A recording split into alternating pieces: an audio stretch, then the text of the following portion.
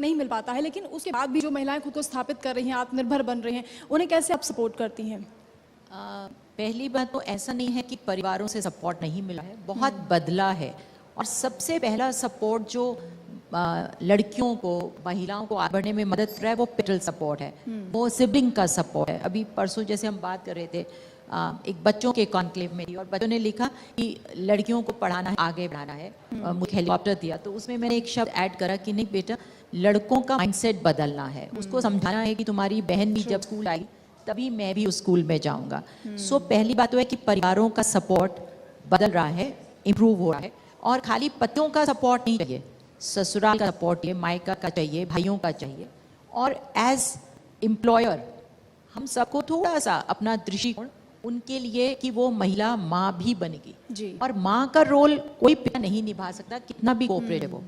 I will give a small example in my enterprise, या जो हमने जो भी कोई इनिशिएटिव्स लिए कि लड़कियां अगर देर की शिफ्ट कर रही हैं, बीच में एक बार हमारी एक सरकार ने एक लॉबी निकाल दिया था कि 6 बजे के बाद के काम में जी। लड़कियां नहीं। No, that's not fair. ऐसे में तो हम लड़की को एम्प्लॉयमेंट देने से ही डरेंगे।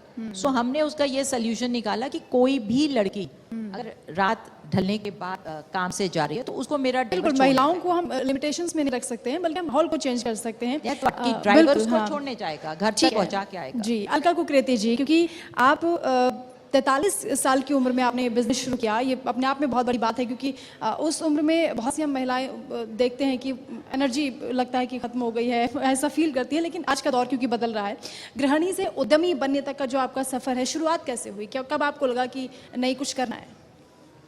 एक्चुअली मेरी जब शादी हुई, मैं शुरू में जॉब करती थी। मैंने कम MCA करा था चंडीगढ़ यूनिवर्सिटी से in the 80s। I was the only girl in my class.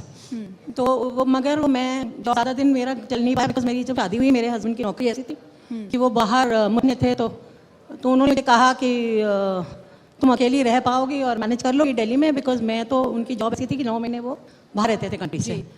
तो इनिशियली तो मैं, जब तक मुझे लगा मैं कंटिन्यू कर, फिर मेरी मदर इन लॉ ओल्ड थी, उनका मुझे ध्यान रखना था, तो सोच के मैंने वो जॉब पेट कर दी 1-1.5 साल में ही, और मैं देहरादून आ गई। और फिर मेरा जब बेटा हुआ तो ऑब्वियसली मुझे उसका भी वो करना था, ध्यान रखना था, प्लस आई गॉट लकी कि मैं बाहर उनके साथ ट्रैवल भी कर पाई शिप में। तो इवेंचुअली मेरा जो करियर था वो पीछे रह गया और मैं अपनी घर गृहस्थी और महिलाओं की शौक और जिम्मेदारियों में अटक गई। और बड़ी खुशी खुशी मैंने सब करा, ऐसा मुझे उसका कोई मलाल नहीं है कि मैंने ये छोड़ के ये करा। पर जैसे ही मेरा बेटा बड़ा होता गया, मैंने इनफैक्ट शादी के बाद MBA करा और मास्टर्स इन ह्यूमन राइट्स भी करा दिल्ली यूनिवर्सिटी से। तो साथ साथ मैं भी पढ़ती गई, बिकॉज मेरी ग्रेजुएशन के बाद ही शादी हो गई थी, तो मुझे इस बात का बड़ा वो रहता था। बट जब मैंने अपना बाय द टाइम मेरा बेटा 10th 11th पहुंचा, मुझे लगा मुझे भी अब अपने को बिजी रखने के लिए कुछ करना पड़ेगा। And cooking was my passion. मुझे बहुत शौक है खाना बनाने का और various kind of cuisines try करने का, तो इसलिए वो मेरे दिमाग में आया कि इसी लाइन में मैं घूम। बट बहुत ज़्यादा पैसा इन्वेस्ट करना। खाने का आपने जिक्र किया, मेरी शौकीन हमारे साथ एक और भी हैं, शिल्पा जी। अब बताइए कि क्योंकि यंगेस्ट एंटरप्रेन्योर हैं आप और पहाड़ की होनहार बेटी हैं, तो आपका बैकग्राउंड हालांकि मीडिया का रहा है, तो कैसे आप बिजनेस का आपने सोचा और रेस्टोरेंट को लेकर कैसे आपने अपने शौक को पेशे में तब्दील किया? बेसिकली जैसे कहते हैं ना, बिज़नेस मेरे लिए बाय चांस हो गया। मैं मीडिया बैकग्राउंड से थी, जैसे आपने बताया, और मैं डोमिनोज़ की बहुत शौकीन थी। और मुझे जब मैं डोमिनोज़, पिज़्ज़ा हट जाती थी, तो ये इंटरनेशनल चेन्स हैं, तो और मुझे अपनी स्टेट पे रह के ही कुछ यहाँ पे स्टार्टअप स्टार्ट करना था। एंड बेसिकली मेरी जो फैमिली है, मेरे पेरेंट्स लंदन सेटल्ड हैं एंड वहाँ पे हम लोग डोमिनोज़ की फ्रेंचाइजी रन कर रहे हैं। तो मुझे लगा कि इंटरनेशनल ब्रांड को उस पर मेहनत करके उसको आगे बढ़ाने से अच्छा है कि अपनी स्टेट पे, अपनी स्टेट का एक ब्रांड हम स्टार्ट करते हैं, जो कि मैं बहुत प्राउडली लिखती भी हूँ, पिज़्ज़ा इटालिया UK का ब्रांड।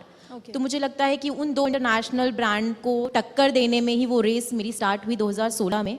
और हमारे 2020 तक 8 आउटलेट्स हो चुके थे देहरादून में, but thanks to Covid shut down करने पड़े कुछ, but again we are starting और अब 5 आउटलेट हम लोग यहाँ पे रन कर रहे हैं। तो काफ़ी सफलता के साथ आप इस रेस्टोरेंट को आगे बढ़ा रही हैं, अपने बिजनेस को आगे बढ़ा रही हैं। कितना टर्नओवर होता है, कितने लोगों को रोजगार दे पा रही हैं? अभी करंटली हमारा जो टर्नओवर है वो 3 CR क्रॉस कर चुका है एंड हमारे साथ 125 लोग जुड़े हुए हैं और मोस्टली इसमें गर्ल्स हैं, क्योंकि मेरा ये रहता है कि जो फ्रंट फेस है वो मैं गर्ल को बनाऊँ एज ए मैनेजर। क्योंकि मैंने देखा है कि बाहर की लड़कियां ना मेहंदी तो बहुत होती हैं, लेकिन फ्रंट में आने में बहुत अभी भी ना उनके अंदर झिझक रहती है। तो उनकी ग्रूमिंग करने में भी हमारा थोड़ा कंट्रीब्यूशन रहता है कि हम उन्हें ग्रूम अप करें। और आप किसी भी इंटरनेशनल चेन्स में जाएंगे तो आप देखिए फ्रंट में हमेशा बॉयज़ होते हैं जो लीड कर रहे होते हैं, जो टीम लीडर होते हैं या जो मैनेजर लेवल पे होते हैं, एरिया मैनेजर होते हैं। तो हमारा फोकस ये है कि हमारे साथ जितनी भी गर्ल्स जुड़ी हैं हम उनको एज एन एरिया मैनेजर या GM उस लेवल पे लेके बिल्कुल, महिला शक्ति को आगे बढ़ाना आपका लक्ष्य है। दिव्या रावत जी, क्योंकि नौकरी छोड़कर आपने मशरूम की खेती करने का ठाना, और क्योंकि आपने न सिर्फ अपने रोजगार को उड़ान दी बल्कि हजारों महिलाओं के भी सपनों को पंख लगाए हैं, क्यों आपने सोचा कि नौकरी नहीं करनी है, खेती करनी है, वो भी मशरूम की खेती? खेती करनी है मशरूम की, और इससे पहले सबसे बड़ा जो मुद्दा जो सोशल प्रॉब्लम ने उत्तराखंड में पहचानी है माइग्रेशन। माइग्रेशन इसलिए है बिकॉज हमारे पास कोई भी सोर्स ऑफ लाइवलीहुड नहीं है। तो जब मैं दिल्ली में थी तो मैंने हमेशा से ये देखा कि अपने जितने भी पहाड़ के युवा हैं महज कुछ हज़ार रुपए की नौकरी के लिए, उस वक्त 4-5 हज़ार रुपये हुआ करते थे 2013 में, अब 8-10 हज़ार रुपये हो चुके हैं, वो पलायन करके शहरों की तरफ जा रहे हैं। मैंने सोचा कि और they were leading their life into very pathetic situation. तो ये था कि क्यों ना मैं अपने घर यानी कि उत्तराखंड वापस जाऊं और यहाँ पर आकर कुछ अपने लोगों के लिए कुछ करूँ। मैं वापस आई, मैंने खेती में मशरूम, पहली चीज़ खेती क्यों चुना? खेती इसलिए बिकॉज खेती जो है it's a part of our culture, it's a part of our life. अगर हम गाँव में जाते हैं, अपने ग्रामीणों के पास जाते हैं और बात करते हैं IT सेक्टर या कंप्यूटर की, तो देखिए दिव्या जी, देखिए प्रैक्टिकली बहुत डिफिकल्ट होता है फार्मिंग करना, और इसलिए महिलाओं को बहुत कम देखा जाता है इस फील्ड में आते हुए। आपने कैसे इन चुनौतियों को पार किया और कैसे सोचा कि नहीं यही करना, यही ठान लिया?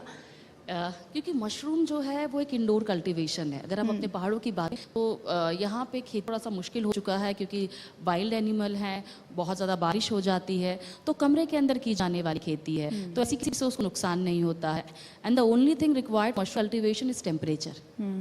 जल, जमीन, जलवायु की खेती नहीं है, तो जैसा मौसम, जैसा तापमान, वैसी मशरूम हम पूरे साल लगा सकते हैं। इसके अलावा द बेस्ट थिंग इज़ कि ये जो मशरूम है जी, ये सिर्फ 100 रुपए किलो की नहीं होती है कि 100-200 रुपए किलो की तो होती है, बट 5,000-10,000 रुपए किलो वाली मशरूम्स है, पर 20-25-30 हज़ार रुपए किलो वाली मशरूम है। And one of the very expensive mushroom which I am growing is cordycep, कीड़ा जड़ी, जो कि मैं 3,33,000 रुपए किलो बेचती हूँ। मुझे लगा कि क्यों ना मैं इस पे वर्क करूँ, चैलेंजेस थे, तो इसके लिए मैंने अलग अलग कंट्रीज में जाके ट्रेनिंग ली और नॉलेज साउंड करके। बिल्कुल, पहाड़ की बेटियों की यही खासियत है कि वो तमाम जो चुनौतियां उनके साथ होती हैं, क्योंकि पहाड़ की बेटियों से जब निकलते हैं और इस शिखर तक आप पहुंच रहे हैं, बहुत ही इंस्पायरिंग स्टोरीज आप सभी की हैं। लेकिन आपने, क्योंकि कोविड के टाइम पे भी आपने कैंप लगाए हैं, किस तरह से आप महिलाओं को आत्मनिर्भर बना रही हैं, कैसे उनको प्रेरित कर रही हैं कि वो खुद से अपना सब काम करें, उत्पादन करें मशरूम को लेकर? करीबन 3 लाख से ज़्यादा लोग हैं ऑल ओवर इंडिया से मेरे से कनेक्टेड हैं, मोस्टली 70% उत्तराखंड से। और अब मेरे कुछ नए प्रोजेक्ट्स आ रहे हैं। अभी तक क्या है कि मशरूम कल्टीवेशन इज़ लाइक, अब जो मिशन को 10 साल हो चुके हैं, तो बेटर बियॉन्ड रीजनेबल कंट्रोल है। इतना सपोर्ट है यहाँ पे, मेरे बड़े बुजुर्ग ने भी, हमारे उत्तराखंड का इतना सारा प्यार है कि रुकना भी चाहूँ तो नहीं रुक सकते, अब वो वाला हाल है। तो अब एक रेवोल्यूशन का टाइम है। 10 साल हमने धीरे धीरे फाउंडेशन बनाई, हर जगह अपने ग्रोवर्स को बनाया, एक बहुत बड़ा कॉर्पोरेटिव अगर आप बोले तो एक स्वरूप है। अब जो मेरे नए प्रोजेक्ट्स आ रहे हैं इसके तहत, एक कोटद्वार 30 करोड़ का, that is for entire Pauri Garhwal, और एक हरिद्वार में 30 करोड़ का। ये MSME के प्रोजेक्ट्स हैं, और हर एक प्रोजेक्ट में मैंने 5,000 महिलाओं को सेलेक्ट किया है। और वो 5,000 महिलाएं जो हैं, अगर आप टेक्निकली देखा जाए तो शेयर होल्डर्स हैं जी। यहाँ पे कोई मालिक, कोई नौकर यानी एम्प्लॉय या ओनर वाली बात नहीं है। बिकॉज हम लोग महिला सशक्तिकरण की बात करते हैं, तो फैक्ट्री खोल के, क्योंकि मुझे लगा फैक्ट्री खोलूँ, मैं कहूँ आप मशरूम सप्लाई करो, तो ये तो यूजुअली हो रहा है। तो कुछ ऐसा चीज़ उनके अंदर स्पार्क जनरेट करना है that they should understand about their own responsibility. तो उत्तराखंड में इट्स ऑलरेडी स्टार्टेड, काम शुरू हो चुका है, जिसमें कि 5,000 महिलाएं नाना करके भी अगर काम करते हैं और हमारे से जुड़ते हैं तो 25 से 30 हज़ार रुपये ईजिली दे कैन अर्न। इसके अलावा जो भी फैक्ट्री से related they are share holders, तो प्रॉफिट में भी उनका परसेंटेज है। गीता जी, क्योंकि महिलाओं को फाइनेंशियली कहा जाता है कि इंडिपेंडेंट होना चाहिए, और आज के दौर में ये मौका भी उनको मिल रहा है, प्लेटफॉर्म भी मिल रहे हैं, और क्योंकि आज इस मंच पर हम यही बात करें कि संघर्ष किस तरीके का उनका रहता है, आप क्या मैसेज देना चाहेंगे जो महिलाएं घर पर हैं, जो सपने तो बहुत सारे हैं जिनके, लेकिन कई बार ऐसा होता है कि आप हिम्मत नहीं जुटा पाते हैं आगे बढ़ने के लिए, उनके लिए क्या कहेंगे? So I think my first and very strong message is women to support women and women led development कि औरतें आगे आएं, जैसे हमारे साथ बैठी हैं दीप्ति जी, एंड हर कमिटमेंट की मैं उत्तराखंड की महिलाओं को और ज़्यादातर सिर्फ महिलाओं को जॉब दूंगी. So this is time, and our PM Modi ji also has been talking not of women empowerment but women led development. और ये क्योंकि as a doctor I can vouch for it कि biologically हम में empathy, compassion, consideration ज़्यादा है. So जो एक हमने एक narrative बुन रखा कि औरतें औरतों की मदद नहीं करती, I think that's a very false narrative. In fact औरतें ही औरतों की problems को दिल से समझती हैं. बिल्कुल, महिलाओं का मंच है और महिलाओं की बात कर रहे हैं. बहुत अच्छी बात आपने कही कि महिलाओं को ही आगे आना चाहिए, एक दूसरे की हेल्प करनी चाहिए, तभी हमारा जो ये संकल्प है महिला सशक्तिकरण को लेकर वो आगे बढ़ पाएगा. बहुत शुक्रिया आप सभी का हमारे साथ जुड़ने के लिए, इस मंच पर पधारने के लिए. बहुत इंस्पायरिंग स्टोरी है और आज मैं बिल्कुल उम्मीद करूंगी कि इस मंच के जरिए आपने जो अपनी संघर्ष की कहानी बताई है लोग उससे प्रेरणा लेंगे.